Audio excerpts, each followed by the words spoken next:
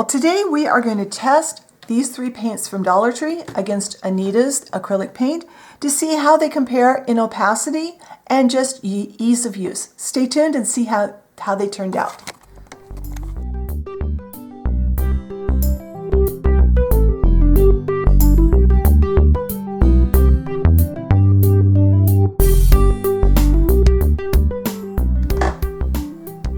All right, these are the 3 paints I picked up at my local Dollar Tree, and I also have a bottle of, well, what's left of a bottle of Anita's acrylic in white. And these are all white. I wanted to do white because, for one thing, I'm almost out of white paint, and I wanted to see if I could find an acceptable replacement at the dollar store. So what I've got this Acryology, I guess is how you would say that one. It's the only acrylic paint I picked up. The other 2 are tempera paints, which we'll get to in a minute. This one, I did play with this a little bit. We'll talk about that as we play with it here in a minute. There's Prang. Prang is a brand I'm more familiar with their products when it comes to like colored pencils for kids. And this is the Crafter's Square label. So first question might be, what's the difference between an acrylic paint and a tempera paint? Well, I did a little research because I wasn't really sure either. What I found out is they're equally vibrant and opaque according to Google. Quick drying, the tempera paint will wash off and it's not flexible. So if you paint on something that's going to bend, it will probably crack. Acrylic is a little more versatile and it is bendable. It's more durable overall and it will leave a smoother finish and last longer. Another thing I'm going to test today is I'm going to try coating all of our paints with Mod Podge just to see what the Mod Podge does, how it affects it. For our tests, I have made up 4 testing cards. I took an index card for each brand of paint, and on the back, I have taped 3 strips of cardstock, a tan, a red, and a black, because I want to test opacity on all the paints to get an idea of how opaque these paints are. Will they cover? And I'm going to do 1 coat, 2 coats, and 3 coats, letting the paint dry completely between coats. So let me get this stuff, everything moved out of the way, and I'll set us up for our first test. All right, ignore the mess off to the sides of my tray. I have my 4 bottles of paint lined up with samples out on these containers. I'll cover those between coats. I have 4 relatively wide brushes, and I've got wet wipes to wrap them up in between. So I'm going to start over here with this one. And I'm going to put 1 stripe of paint down. Now for 1 coat, that doesn't look too horrible. It is showing through quite a bit though. And that was the experience I had when I used this the other day. Now this is the Crafter's Square label, and let's see. Ooh, that is really thin.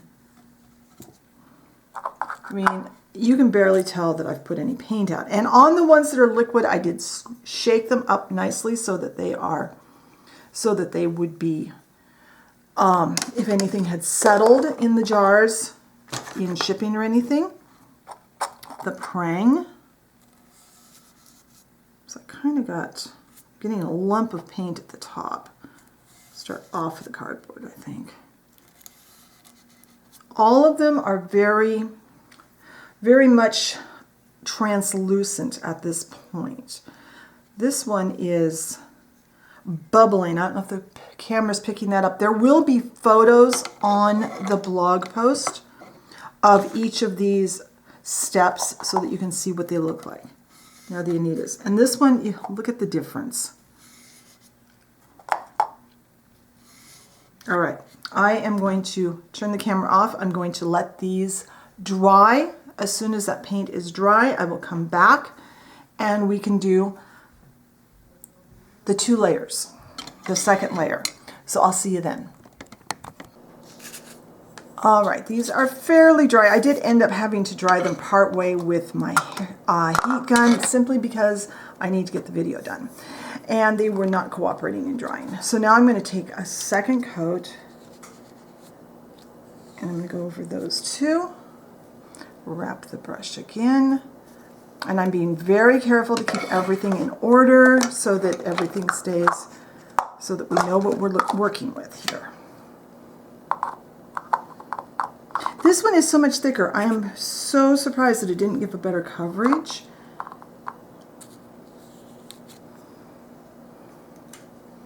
All right.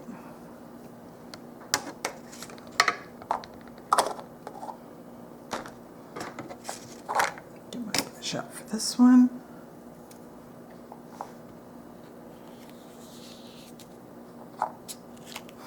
My cards are all bending because I heated it with the heat gun, but hopefully it will dry faster on the second. Hopefully it's getting warmer in here, I hope.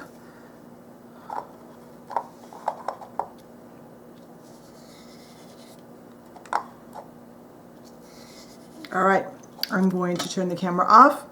I'm going to let these dry. I'll come back, we'll do a third coat and see how that looks. All right, the second coat has dried to the point where it's almost dry, and then I finished drying all of them with my heat gun, which is why they're starting to curl up a bit. So let's put this third strip down each one. Okay, we're suddenly getting a little more coverage on that one. That's the acrylic paint from Dollar Tree. Let's see what we get from this Crafter's Square brand. Because so far, I'm really not seeing a difference between the first and the second coats. So I got a little too much on it. Still not a lot of difference. Now the Prang.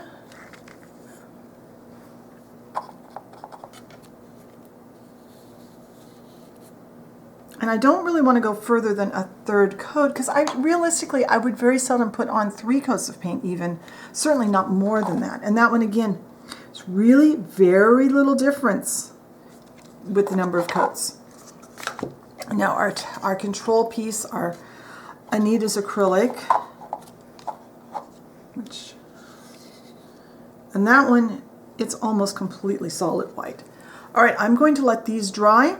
We'll come back and take a look, and we'll also put a strip of Mod Podge on each one and then see how that works. So I will be back when these are dry. All right, the third stripe on each one has dried, maybe not in the very thickest parts, but the rest of it.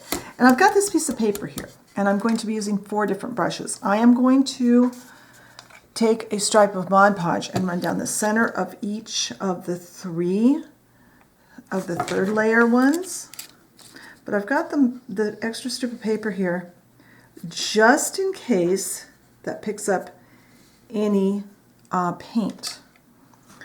I can see then. So I want you guys to watch me do this so you see that I am trying to do this as scientifically as possible. Didn't want to contaminate my Mod Podge or the samples in case this picked up any of the paint. And I figured if I brush the brush out on the red paper, it would show when it dries that it's there. And now down our control, which is our Anita's. All right, I will let this dry. I'm going to clean up all my mess. And when this is dry, I'll come back and we'll look at our results. All right, so first we can look at this, and I don't see any residue of any of the paints on our test strip here. So that means the brush didn't pick up any of our paint. I was a little worried since the tempera paints are water soluble that they might lift a little, but they didn't. So that's a good thing. So let's look at these. We have this one. This is called our Acrylogy, I guess, Premium Acrylic Paint. The first coat, you can barely see there's any paint there. Second coat's a little better. Third is a little better, but where there's really thick paint, where it really built up at the edges of the brush, on the third coat, you can actually see the color. Just where the brush marks are, nothing. The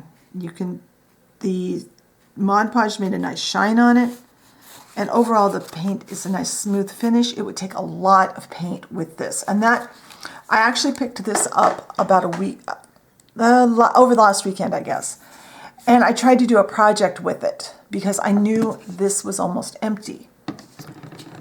You couldn't even see the paint on the project I was working on. So that's why I got suspicious and wanted to test the rest of these. That's why I decided to do this paint test. So let's look at the Crafters Square Tempera paints. Again, they're even where it's built up where I overlapped more. It's the edges of the brush, it's not opaque. You can see through it. It would take lots and lots of coats. It did take the Mod Podge really well, but yeah, it's just going to take lots of this. The Prang is a little bit better. It's a little better than the Crafters Square. You can actually see the layers, and you could get, with a good third coat, you could probably build up a good coat of paint. I worry that it would crack though if you got very much, because this paint is not flexible like an acrylic is, so you'll have to be careful what you put it on. It did take the Mod Podge nicely, and it's got a good shine where the Mod Podge is. And of course our control paint, the Anita's covered really well. I used the same amount on the brush on each brand, and this, I mean, it's pretty much opaque with 3 coats. Even 2 coats would be fine for a lot of projects. So what do we take from this? Well, if you've got time to do lots and lots and lots of coats, maybe this would work. The thing I'm disappointed in is I chose white for a couple of reasons. Number one, I'm almost out of white paint. I've got to replace this pretty soon. I'm going to be out. And I really don't want to have to go clear across town to find paint at the craft store. White is usually an opaque color in most paint lines, so I had the best hope of this being opaque, and it's not really. So is it worth $1.25? Maybe, depending on what you're going to be doing, how much paint you're going to be using, and how you're going to use it. Will I depend on these? No, but I might find some fun uses for them. I mean, I'll probably use them up. I'm not sure how well they will seal. They might be a good coat to put underneath another coat just to seal so my paint doesn't soak in as much. But as for painting with them, I'm disappointed, and I wouldn't recommend them. So be sure and check the blog post. I'll have photos and more details over there. If you enjoyed today's video, be sure and hit the like button, leave me a comment. Are there things you want to see tested? Let me know. Maybe I can do another test on something else that you're wondering about. If you enjoy my content and haven't subscribed, I encourage you. Hit the subscription button and the notification bell so you know when I put up a new video. Thank you very much for watching today, and I will talk to you next time. Bye.